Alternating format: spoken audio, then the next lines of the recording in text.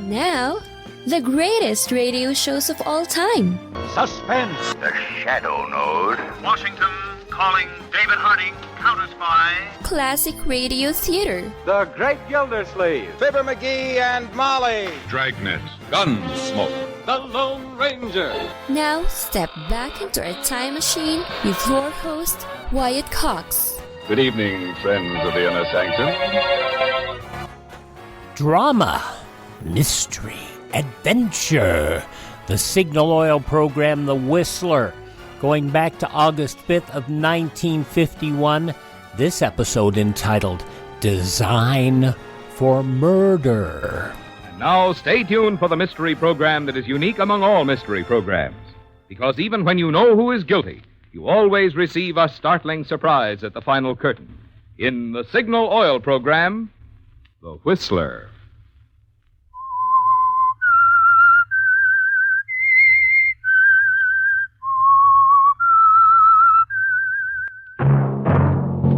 Signal, the famous Go Farther gasoline, invites you to sit back and enjoy another strange story by The Whistler.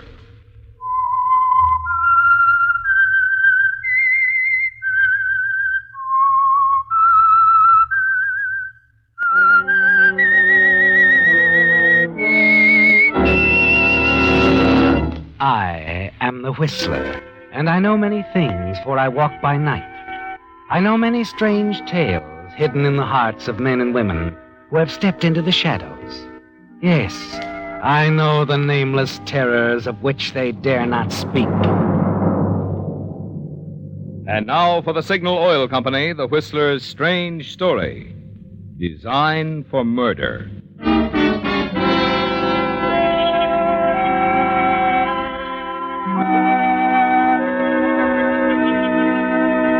The trio in the big car, weaving its way through the evening traffic, seemed typical of almost any group on the way to a railroad station. Charles Gilbert at the wheel was responding patiently to the nervous admonitions of his wife, Edna. From the rear seat, his wife's close friend, Myrene Walker, chatted ceaselessly.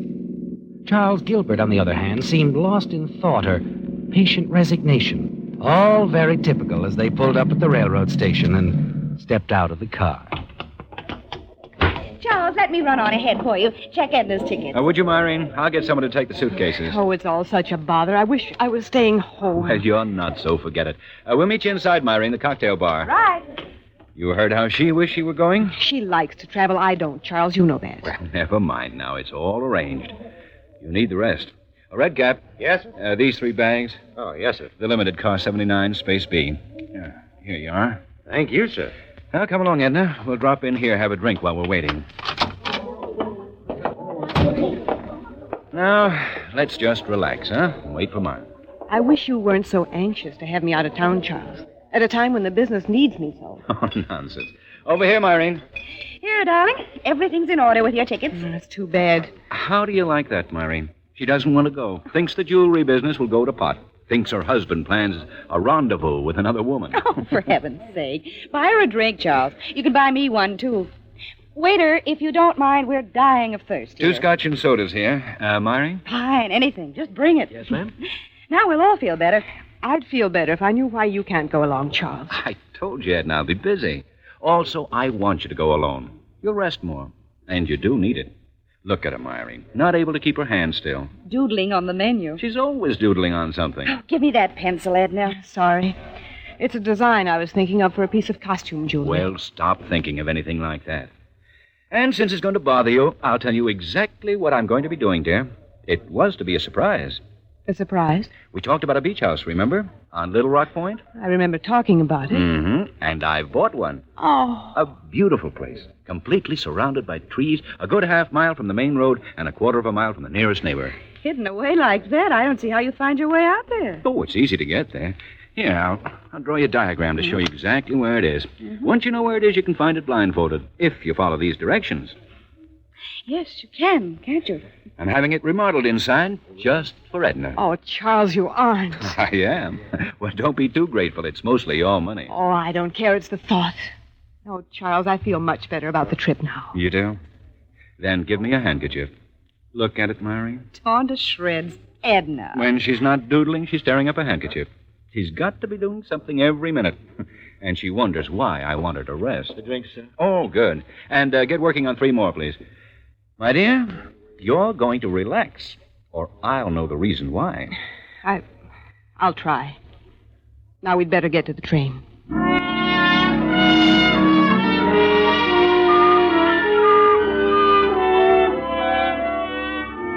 Well, Charles, Edna's gone, and after Myrene leaves you, you hurry back to the cocktail lounge. And inside, you go directly to a corner booth. Slip in beside someone who's been waiting for you. Not too patiently. I'm sorry, Helen. Darling, I am too. I'm sorry that we have to practice this deception. Charles, kiss me.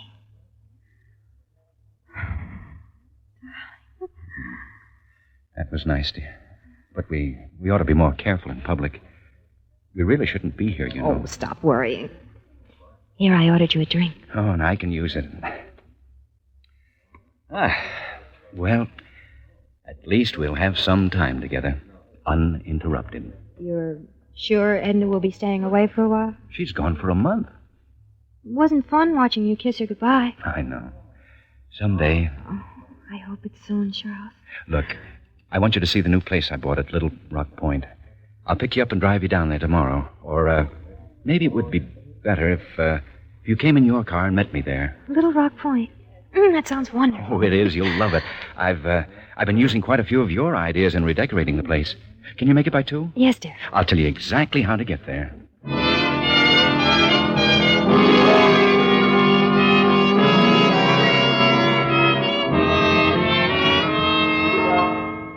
Helen's an exciting girl, isn't she, Charles? And when you reach your apartment building, you have difficulty getting around to saying goodnight to her. And only the thought of seeing her again the next day at the beach house at Little Rock Point finally makes it possible. It's quite late when you finally arrive at your own home and let yourself into the house. You're scarcely inside when... Oh, son. Who could that be? Myrene. Yes, little Myrene. I'd like to come in, Charles. I want to talk to you. Well, of course. Well, come straight to the point. About what? About you and Edna and that little number you met in the cocktail lounge. It wasn't a very pretty sight, Charles. Seeing you kiss her right after bidding Edna goodbye. Oh, why, Go on. Make it good.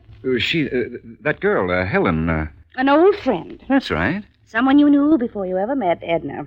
Why, that's it exactly. Uh-huh. And she just won't leave you alone. Myrene, you're positively... I'm not psychic. You're not nearly as slick as you think you are, Charles. No wonder Edna's a bundle of nerves. You're not going to say anything to Edna about this? Depends on you. I don't suppose you made any dates for the future with this, Helen. Oh, certainly not. You know, Charles, you weren't kidding when you made that remark about Edna's money. You've had it pretty easy since becoming her business manager and now her husband. Well, it's been a pleasant arrangement, if that's what you mean. Well, naturally, I love Edna. I hope you mean that. Oh, Myrene, this girl means nothing, I swear it. I'll not see her again. Look, in a few days, you and Arthur drop down to the place at Little Rock Point. You'll see all that I'm doing for Edna. I'll take you around the place. We can relax, go for a swim. I don't swim, Charles. And when my best friend's husband starts two-timing her, I don't feel like relaxing either. Myrene, I've told you... I heard you, and I've told you, Charles. Stay away from that girl.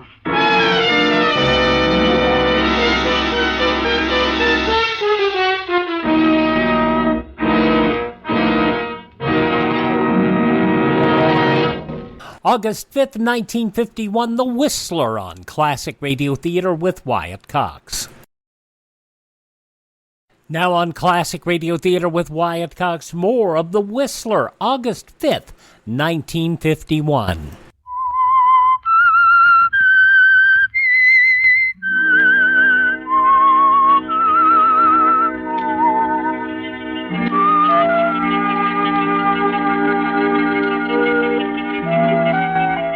It's going badly, isn't it, Charles? Myrene knows about your girlfriend, Helen. Knows that it was more than husbandly concern that prompted you to encourage your wife, Edna, to leave town on a vacation, a rest cure for her nervousness. Myrene has always been Edna's best friend, and she'll tell her the truth if you don't do something to reassure her that you don't intend to see Helen again. You wish you hadn't made the date with Helen for the following afternoon at the beach house at Little Rock Point. And after she arrives, you're very nervous all the time that she's there with you. What is it, Charles? You haven't heard anything I've said. Well, yes, I have, Helen. It's just, well, I'm a little jumpy. Well, I thought with your wife out of town. Helen, we've got to talk about that. It isn't as perfect as it seems. Oh? A friend of Edna's, Myrene Walker. She knows about us. Knows what about us? Well, not everything, of course. She thinks it's a casual thing that we're old friends, happen to run into one another. And... Oh, if she continues to see us together. That's right. She'll go to Edna. Helen, we've got to forget about it for a while. Forget about it? Well, you know, I really don't mean that exactly. I should hope not. You promised me you were going to talk to Edna, ask for a divorce. I know, and I intend to, but it can't be right away, Helen. I have my reasons. Right now, it's important that you leave, that we're not seen together. Well, all right, Charles. I won't need a second invitation. Oh, now, wait a minute. I've waited long enough as it is. Quite long enough. Goodbye, Charles. But, Helen, Goodbye, Charles.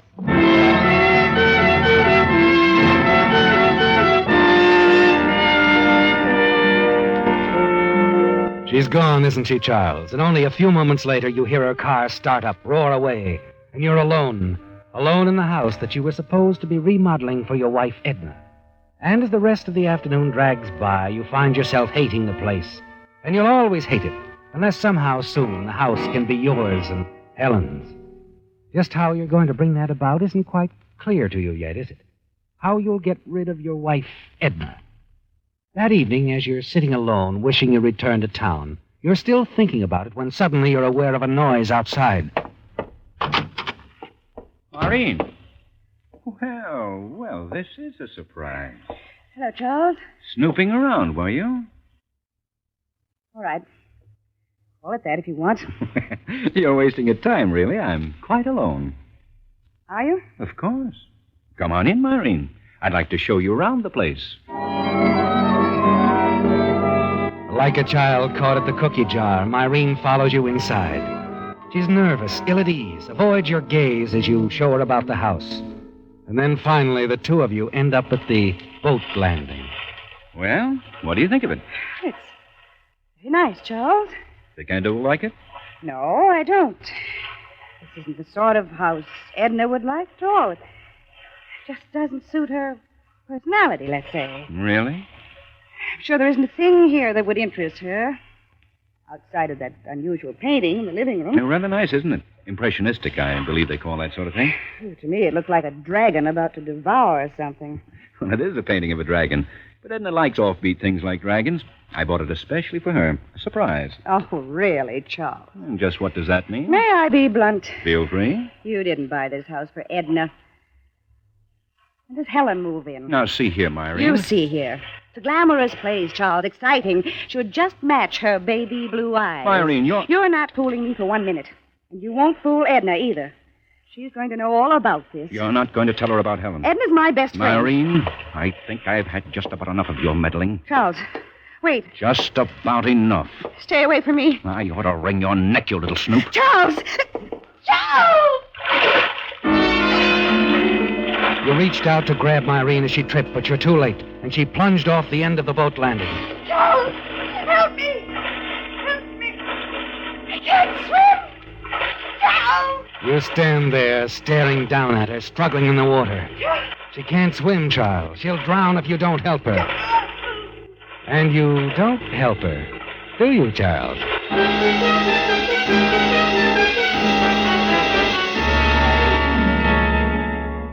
You're glad the house is isolated, aren't you, Charles?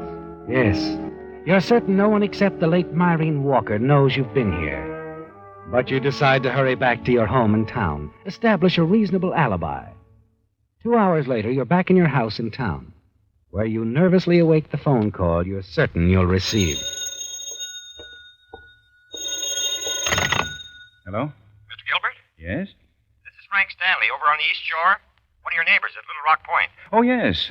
Yes, Mr. Stanley. Put a called you sooner, except I had the devil's own time getting hold of your phone number up there in town. What is it? Something wrong? Well, yeah. A woman drowned off the island a few hours ago. What's that? Yep. Thought you probably know her. Police found her purse on your boat landing. Identified her as Myrene Walker. Myrene, what? Good Lord. Oh, you do know her? Well, yes. She's a very dear friend of my wife. Gee, I'm terribly sorry, Mr. Gilbert. This probably wouldn't have happened if I'd been out there. I'd planned to, but business kept me here in town.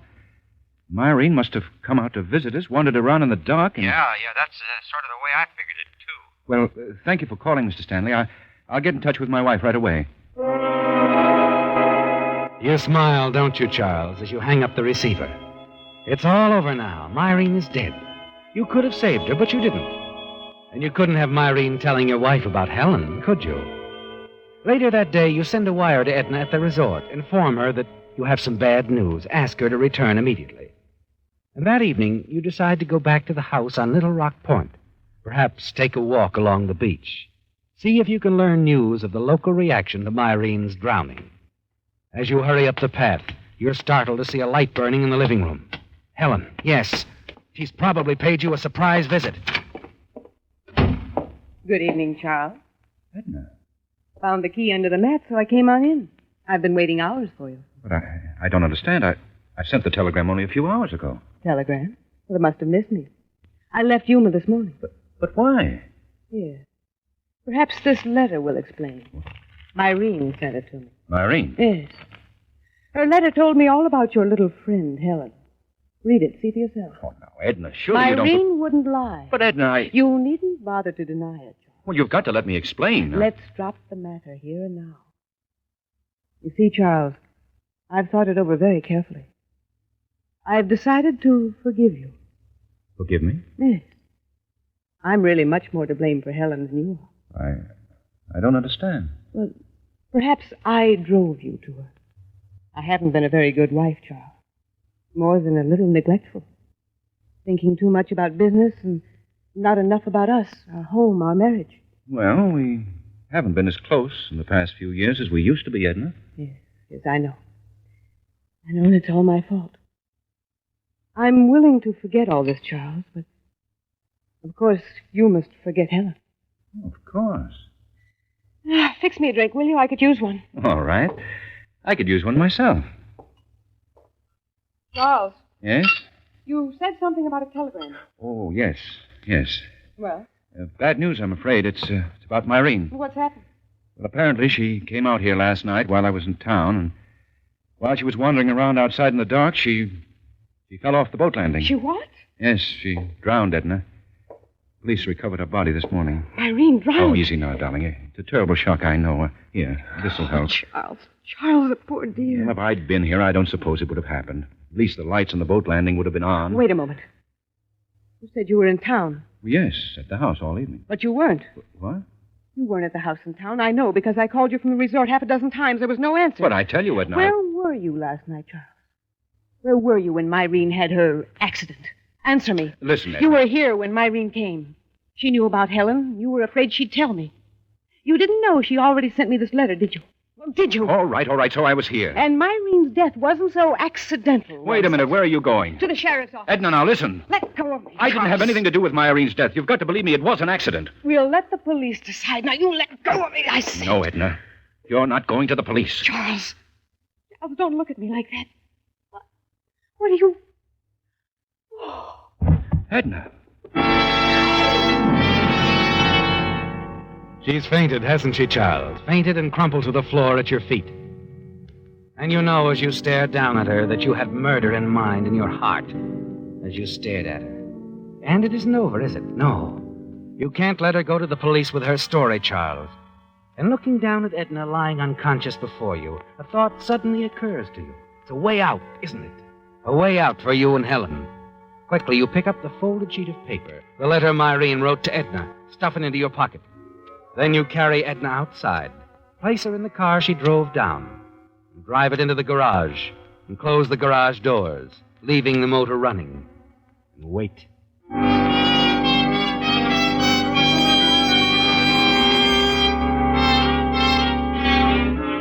An hour later, and it's all over. Later, you drive Edna's body back to town in her car, put the car in your garage, again leave the motor running as you close the garage doors. Now all you need to do is return to the beach house and wait for Edna's body to be found in the garage. Knowing Edna as you do, you're certain she told no one of her return from Yuma. And the conclusion of The Whistler, Designed for Murder, from August 5th, 1951, follows these important messages from your favorite station. You're listening to Classic Radio Theater with Wyatt Cox. You ever make a change and then think, why didn't I do this years ago? Well, that's how people feel about switching to Medishare for their health care, especially now with inflation the way it is. People are very happy with the savings. Most families save about $500 a month when they switch. It's a huge help when prices are going up so fast in so many other areas. And Medishare's customer satisfaction rate is double that of health insurance. It's just a different experience, and people really like that. Medishare is an alternative to health insurance. It's a community of Christians who share each other's healthcare bills, and it's been going strong for over 25 years. It really is the gold standard, the most trusted name in healthcare sharing. Find out why people love it, find out why they rave about the customer service, and find out how good it feels to save some money right now. They're super easy to talk to. Here's the number, 833-34-BIBLE. That's 833-34-BIBLE, 833-34-BIBLE.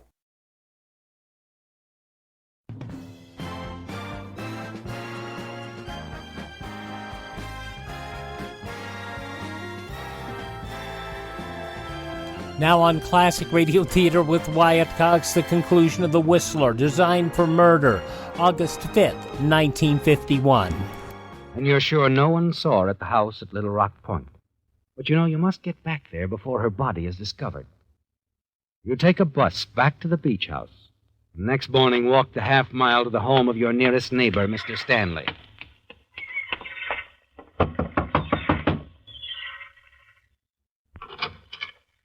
Oh, good morning, Mr. Gilbert. Good morning, Mr. Stanley. I wonder if I might use your phone. Sure. Ours hasn't been installed yet. Well, come on in.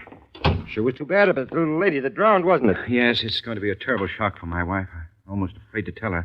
They were very close. Oh, you mean she doesn't know yet? Well, my wife is vacationing at a desert resort. I sent her a wire yesterday after you called me asking her to come home, but I haven't heard a word from her. I'm rather worried. Sure you are. There's the phone over there. Help yourself. Thank you.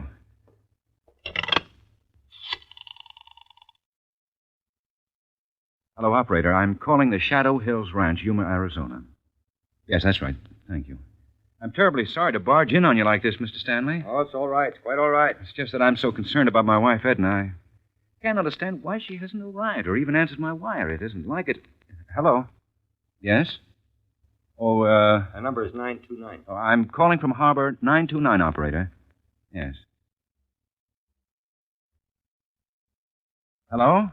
Shadow Hills Ranch? Is Mrs. Charles Gilbert there? This is Mr. Gilbert. What? Oh. Yes, I see. Thank you. Is something wrong, Mr. Gilbert? They said she left the ranch yesterday morning. She was on her way back to town. Can't understand it. Where is she? No, Mr. Gilbert. No need to get all worried. She'll turn up. Well, something is wrong. I know it. I'd better call the police. Well, sure, if it make you feel any better. If anything's happened to my wife, Mr. Stanley, I don't know what I'd do. I just don't know.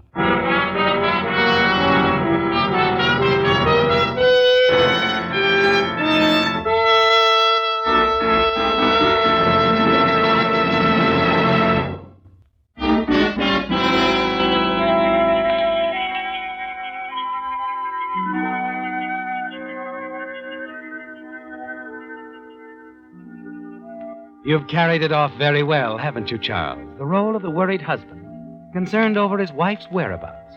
And your phone call to the police brings quick results. An hour later, the sheriff calls on you at the house on Little Rock Point, quietly informs you of your wife's death, carbon monoxide, in the garage of your home in town. You continue to play the part now of the grief-stricken husband. And inwardly you're pleased, certain your performance has more than convinced the sheriff. Then, as he's about to leave you... Oh, Mr. Gilbert, you said you were alone here last night? Yes, that's right. I waited all night for my wife to show up. You sure she didn't? Of course not. She'd never set foot in this house. I bought it only a few days ago, shortly before she went on her vacation. Oh, I see. Why? Why do you ask? I was just looking at the painting of that dragon. Impressionistic stuff, isn't it? Yes, that's right. I understand your wife was always drawing. Quite a doodler. Yes, she doodled constantly. Just a nervous habit, though. I was sort of wondering about that dragon picture. Looks very familiar. It's an original. I had it sent out from New York. Yeah? That sure is different. It was a present from my wife. She never got to see it. He wasn't with you when you bought it? No. He didn't even know it existed. Maybe you'd better look at this. Letter? An empty envelope.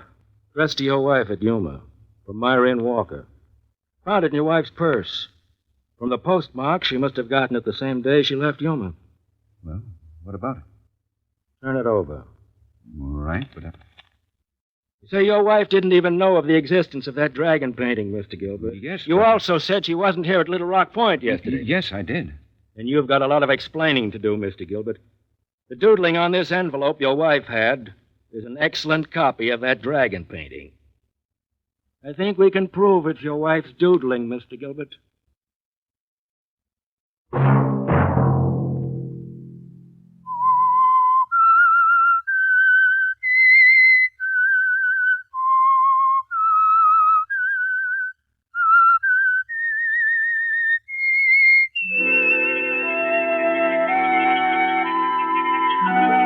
Let that whistle be your signal for the Signal Oil program, The Whistler, each Sunday night at this same time.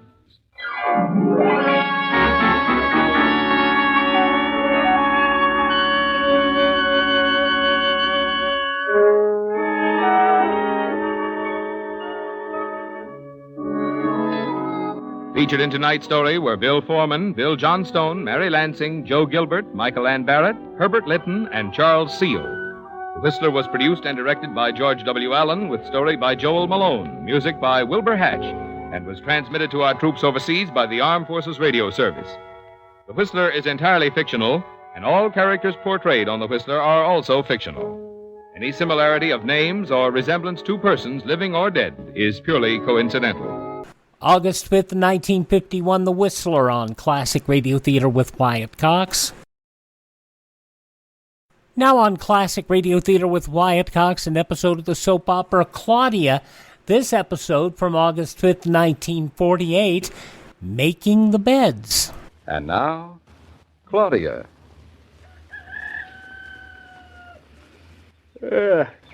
Darling, you're not getting up already, are you? Oh, I thought you were asleep, David. No. Go ahead, darling. Sleep some more if you like. I'm going to get up. Oh, what's the big rush today? We don't have Gertrude anymore, remember? No Gertrude, no Gertrude. How sad. Oh, so sad. Bertha and Fritz will be coming tomorrow, but in the meantime, there's a lot to be done. Enumerate. Well, I want to get the house cleaned up nicely, the beds made, Fritz and Bertha's room ready, and the baby fed and out. Then there's cooking to be done, and... Hey, what are you doing getting back into bed? I'm exhausted just thinking about it. Get up, woman. There's work to be done. Oh, all right, but I'm dead on my feet. Frankly, I'd rest more if it weren't that I want to get down to the kitchen and make breakfast before Mama does. Well, that's a noble thought. Yep. This is one day I'm not going to let Mama beat me to the draw. I'm sick and tired of that woman doing all the work around here. She likes it. I like it, too. But that's not enough reason for her to keep on doing it. Is it? It is not. I was afraid you'd say that. I'm going to brush my teeth, then go downstairs and get breakfast going and work like an express train. No stops. You mean to say breakfast will be all ready for me by the time I get downstairs? It will be? Oh, where's the toothpaste? David, where'd you put the toothpaste last night? On the medicine chest, where it belongs. Oh, why do you have to go and be so neat? It's such a waste of time. Don't you love toothpaste first thing in the morning? I can't hear what you're saying. I said, don't you love toothpaste first thing in the morning? Oh, wonderful. You up yet? I'm very much up. I even have an idea. We'll go out to dinner, yes. We'll go out to dinner, and that's one chore off your list. I'd love to go out for dinner. What'll we do with the baby? Oh, now, where's my comb? Yeah. Oh, here it is. We'll take the baby along. High time he stepped out into society. Oh, I wouldn't mind. Mama would be conscience-stricken. It's no way to bring up a child, she'd say. Well, Mama's right, but who cares? She cares. I'll have to find out if there's a babysitter in the community. If she's cute, you take the baby and I'll stay at home, huh? Fine by me. Maybe the mail woman would know of a babysitter. Whatever happens, that child is not going to interrupt the natural course of our I lives. should hope not. If we want to go out to dinner, we go out to dinner, and he can fend for himself. Poor child, he has to have more fenders than a car. All right, I'm ready to go down and cook. David, what on earth have you done? Oh, I haven't done anything. David, this is awful. What is? You've gone and done the beds. Well, this is the day when all good men must pitch in and help. But you pitched too much. Look what you've done. And, what have I done? You've gone and unmade them, torn them all apart. I only did what you do every day. Well, that's different. You mean today you weren't going to unmake the bed? You were just going to retuck the men, huh? Well, mine was hardly even mussed up. I Yeah. slept very carefully on purpose. On purpose because there's no Gertrude today, maybe? Maybe. You little cheat, tearing the beds apart when there's someone else to put them together. David, don't look at me like that. I'm very fussy about beds generally. I but know, today, that's why I pulled them apart. I tell you, it's different today. Usually I have Gertrude. Now I have only me. You are abysmal. All right, I'm blushing. Now are you satisfied? It's dishonest. All I can say is I'm certainly glad I took matters in my own hands. I'm like the princess and the pea. The who and the what? Don't you know the story of the princess who was so delicate that when somebody put a pea under the 9 mattresses she sleeps on, she woke up all bruised in the morning? Poor princess. Mm-hmm. And poor me. Look at this room. Blankets out the window, sheets all over the chairs, the pillows out of all the pillowcases. I just thought I'd do you one better. Pay no attention. I'm going to set everything right and never in your life will you have seen such a neat bed as I'm going to make this I'll one. probably be so self-conscious I won't be able to sleep. Now, first, I'm going to turn the mattress. But they've been turned. When? Well, Gertrude turned them yesterday, Well, only if she can yesterday. do it, if she can do it, so can I. Oh, Now, David. I'll just pull up this side. David, be careful. The lamp on the night table is I'll quivering. pull it up and... The mattress is standing on its side. There David, we don't are. let it drop. Are you going to stand there all day holding it? Well, what do I do now? You're an architect. You figure it out. If I let it fall over that way, it'll hit the night table. Certainly will. Now, the object is to have it fall toward me and away from the lamp. Then you have to run around to the other side of the bed. Now, here, darling, you hold the mattress while I run around. I will not. This was your idea. Of course, if you had asked my advice, the way to do it is to roll the bottom part of the mattress over towards the head of the bed, then pull the part that's the bottom of the bed out from under like a pancake. Well, why didn't you tell me that 10 minutes ago? This was all your idea. Oh, David, you're going to miss your train. Well, night table or no, here it goes. Uh-oh. A bullseye. Did anything break? Of course, everything broke. It must have. All your fault. You wouldn't help me. You're lucky this time. It's only badly bruised. Good. Well, that's one mattress that's turned over. I'm not going to lift a finger to help you with the other. I wouldn't accept a finger. You wouldn't? Now, let's see. Which is the bottom sheet? There it is. And every corner will be squared, Mrs. Oh, I like hospital corners No, better. No. Square corners like the Army. Since when is this the Army? Oh, it's Weiss. Thanks.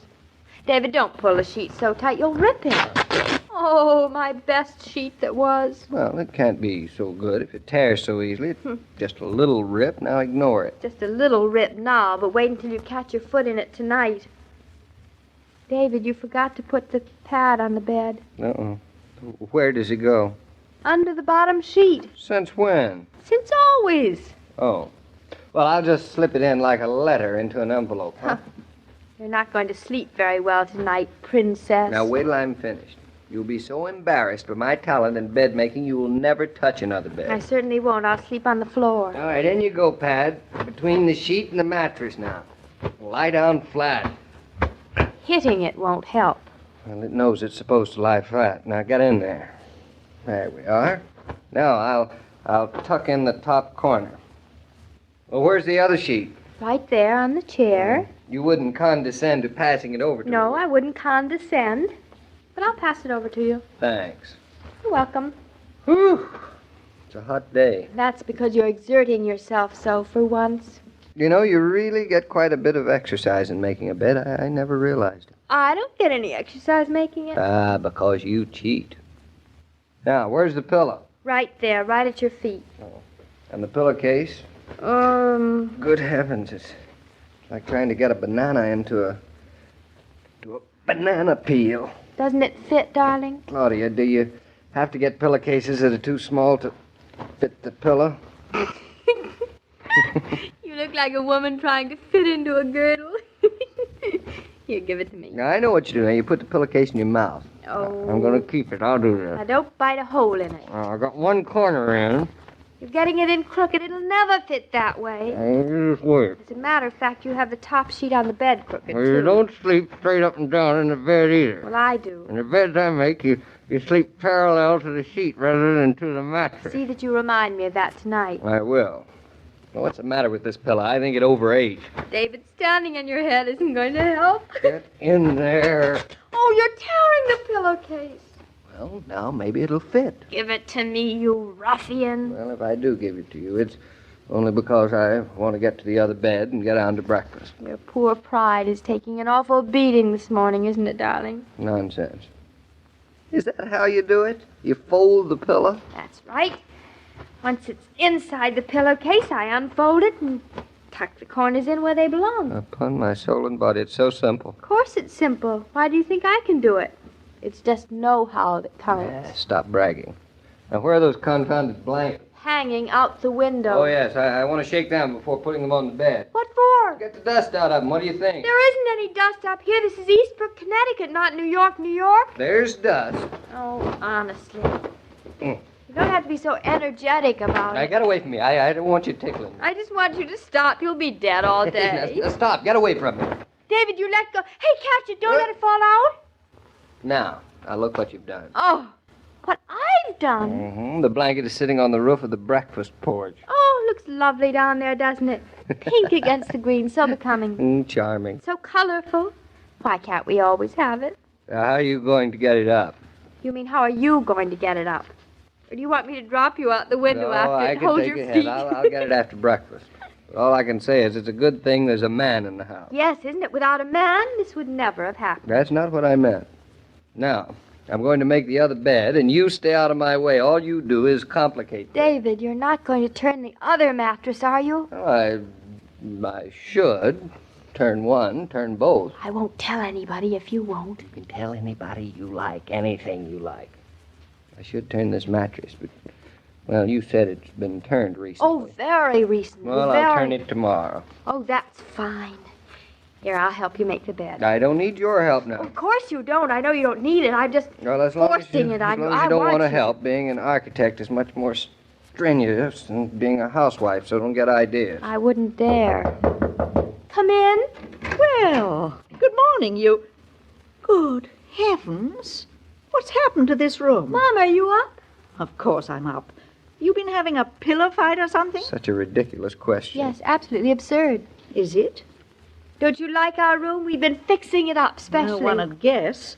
Oh, by the way, the strangest thing just happened. What happened? Something came floating down past the window. A pink parachute of some kind. Mama, you were dreaming again. I was not. So early in the morning, Grandma. Seeing things. Don't worry, Mama, don't worry. We'll never reveal your secret, will we, David? Never, Claudia, never. Never? Me lips are sealed. Oh, Mine hush too. up, you two. And hurry, the coffee's getting cold. Mama, you haven't gone and made breakfast, have you? I most certainly have. I was going to do it. Well, you're too late now. David, you see what you've done. Now, what have I You done? made me late. Just this morning, why'd you have to go and fix up everything? So that's the thanks I get. A man tries to help his wife by making the beds, and all he gets is abuse. Poor David. Henceforth, I do not raise a finger.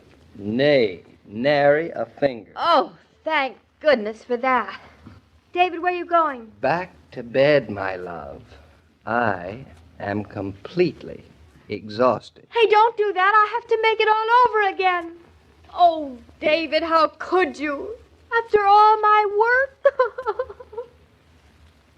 Sometimes impromptu parties turn out to be more fun than the most elaborate prearranged affair. One reason is that nobody has to go to much trouble when a party just grows on the spur of the moment.